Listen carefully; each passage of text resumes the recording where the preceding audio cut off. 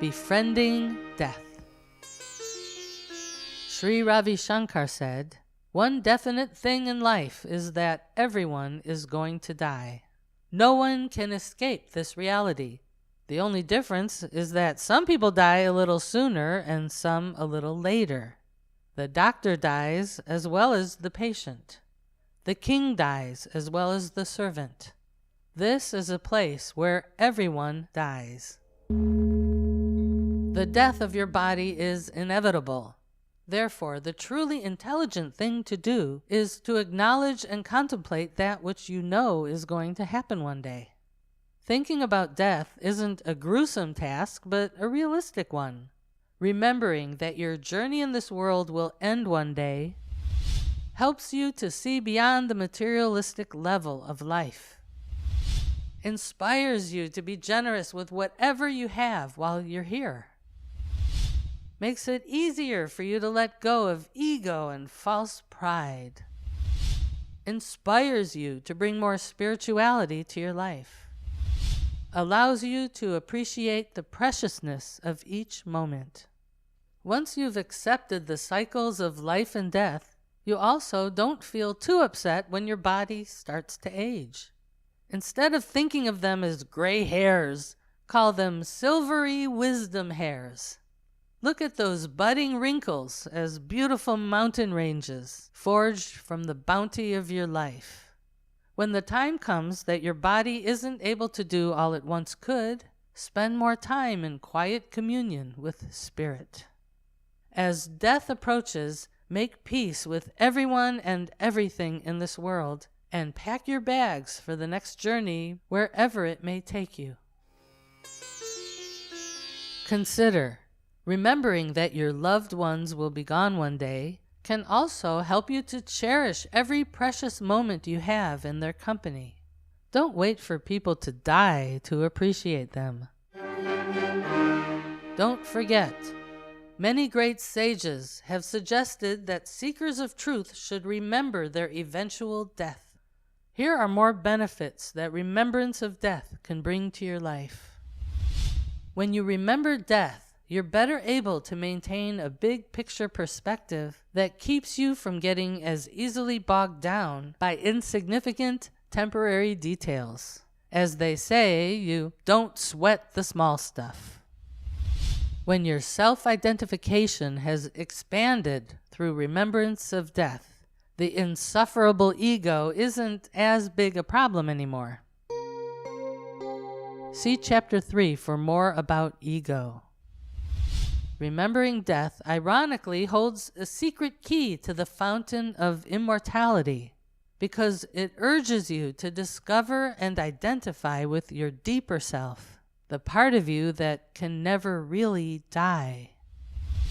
As you become more comfortable with the idea of death, you may also become aware of an essence within yourself that's beyond birth and death, which is quite a perk. For these reasons and more, you should make peace with the idea of death. After all, 1 year must die so the next can come forth. One blossom of a tree must wilt before another can spring to life. The Bhagavad Gita, a profound scripture from India, states quite simply that for the inevitable thou should not grieve. Doesn't this make sense? What better way to set yourself up for unhappiness than to fear and despise what is unavoidable? What if death ends up being the best thing that has ever happened to you? A fulfillment of dreams you never even dared to dream. The most amazing thing. Once, in olden times, a king asked his prime minister, "What is the most amazing thing in this world?" You see, kings actually had wise men in those nonpartisan days of whom they could ask such questions. The king probably expected his prime minister to point to one of the elements that make up this world, or perhaps to describe a more subtle quality like love or beauty as the most amazing thing in this world. Instead, he replied, "O king, the most amazing thing in this world is that every day we see people around us dying, and we know that every single person has to leave this world one day. Yet each person acts as though he is going to live forever. That is the most amazing thing in this world. In spite of all this wisdom about accepting and valuing one's death, being okay with death still isn't so popular on the funeral circuit. Of course, when someone you love leaves this world, you will inevitably feel sad. At the same time, while everyone is moaning about how terrible it is that the person is gone, or saying things like, "He was too young to go," one spiritual practice is to stay centered in your higher awareness of universal perfection, and to remember that from a universal perspective, nobody is too young to go. In this world, lives come and go like waves moving to the shore, and then retreating back into the great ocean of spirit. Don't forget, even when someone you love dies and you're experiencing sorrow and grief over the loss, you can maintain a peaceful composure about their death while still experiencing and honoring your other emotions of sadness and loss. Also, remember that your feelings of sadness over losing a loved one are really reflections of the joy and love you experienced with the person while they were alive. See the love behind your sadness and feel gratitude for the gift of their presence in your life. Contemplating what is valuable. What would your life look like if you really acted from the understanding that you will be leaving this world one day? What in your life will keep its value past the threshold of death? What is most important in life? Money? Success? Relationships? According to sages from a mystical branch of Islam called Sufism, the only things you bring with you into the next world are the thoughts, actions, and feelings you have cultivated during this life. Certainly, you won't be able to bring your bank account along. A great way to contemplate what is most valuable is to imagine that you are at your last moment of life. You're about to leave this world, and with the profound shock and sentiment that often comes at such times, you take a fresh look at yourself and your life as a finite expression that has a beginning, middle, and now an end. What did you do during your life that feels most right? How did you help others during your time here? Were you honest, kind? Did you explore courageously and dance enthusiastically? Did you rise up from mistakes and traumas by choosing a positive approach? Contemplate what is most valuable in your life, and while you are still here, strengthen, increase, and expand whatever it is. Kabir said, "When I arrived in this world, I was crying and everyone else was laughing.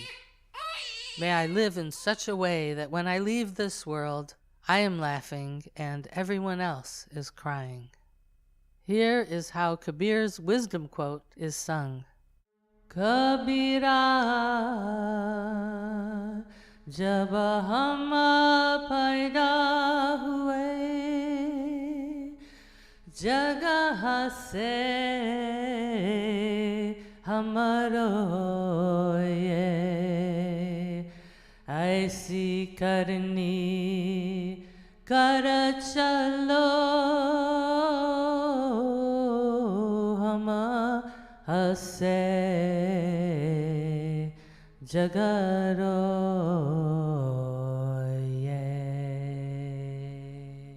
Consider, if you're looking for an intricate spiritual view of death, one classic text is the Tibetan Book of the Dead, which is often recited by lamas or Buddhist priests over a dying or recently deceased person. This text is meant to give guidance on preparing for and going through the various intermediate states of consciousness that a soul passes through between lives.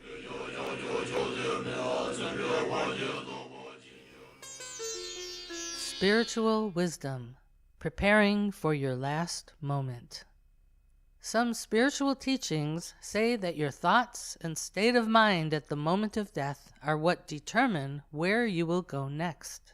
In fact, some have suggested that your entire lifetime of spiritual effort is meant just to prepare you to think spiritual thoughts during the deciding moment that comes when you reach the threshold of death.